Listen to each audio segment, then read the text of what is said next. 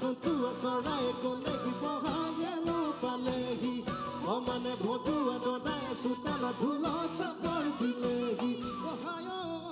চৰা ঘৰৰ মুধতে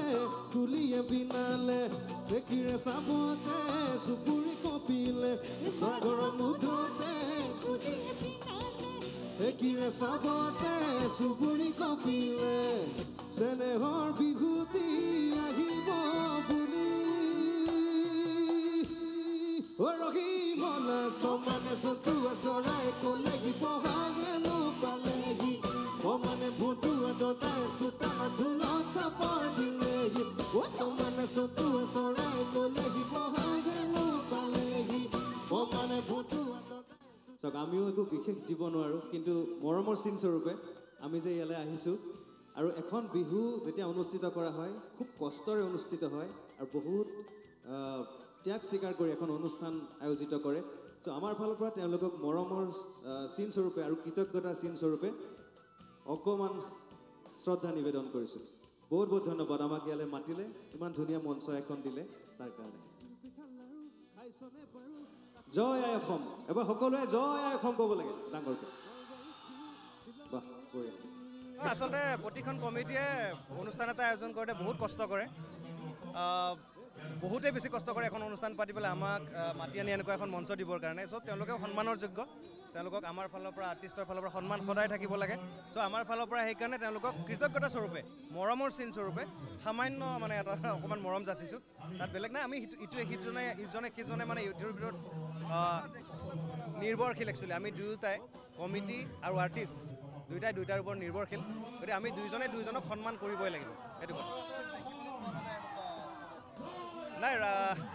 হঠাৎ আমাৰ মনলৈ আহিলে যে এনেকুৱা এটা অকণমান মৰম দিব লাগে আমাৰ ফালৰ পৰাও শ্ৰদ্ধা নিবেদন কৰিব লাগে চ' সেইকাৰণে কৰিলোঁ আৰু কিবা যদি মাইণ্ডত আহে আৰু কিবা কৰিম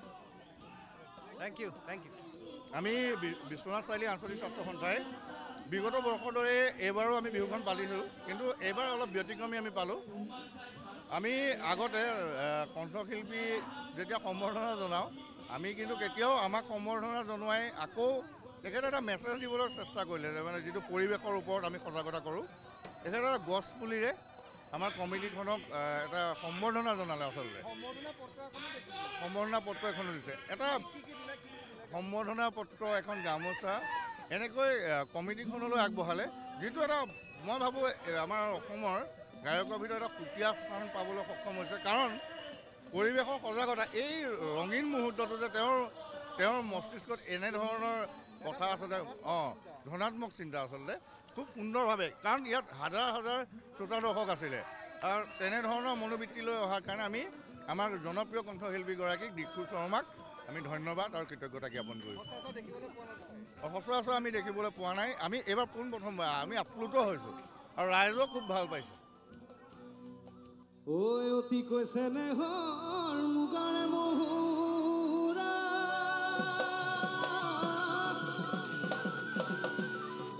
ঐ তাতো কৈছে নে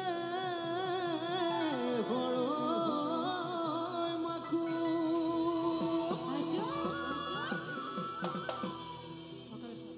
ঐ তাতো কৈছে নেহৰ বহাগৰ বিহু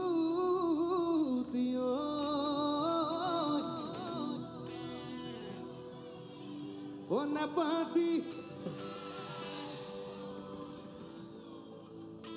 এডাল প্লাষ্টিকৰ হে মই অৰিজিনেল বুলি ভাবিছিলোঁ মোক বেঙেনা দিছে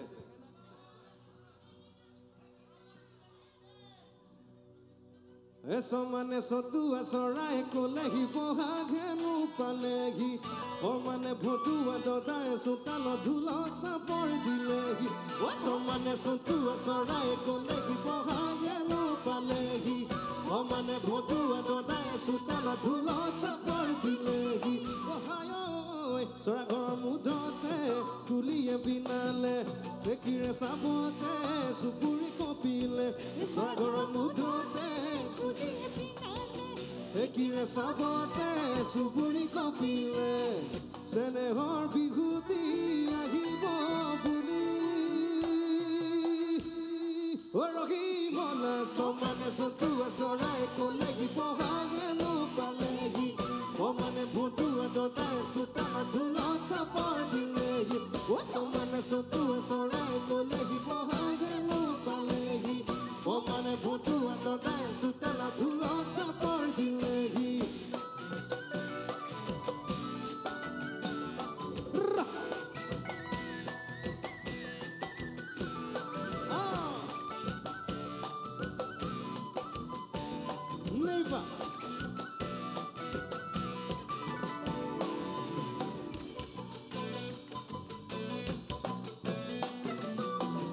লাৰু খাইছনে বাৰু তাকুৰি ঘূৰা দি ঘূৰি ঘূৰি নাচ জামুগুৰি দিৰু নলবাৰী খিৰু চিলনি উৰা দি উৰি নাচ তিল পিঠা লাৰু খাইছনে বাৰু তাকুৰি ঘূৰা দি ঘূৰি ঘূৰি নাচ জামুগুৰি দিৰু নলবাৰী খিৰু চিলনি উৰা দি উৰি উৰি নাচ আমি অসমীয়া বিহুতে বলিয়া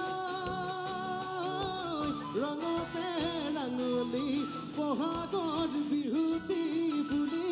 ৰহিমলা সমানে চতুৱা চৰাই কলেহি বহাগেনো পালেহি সমানে ভতুৱা দদাই দিলেহি সমানে চতুৱা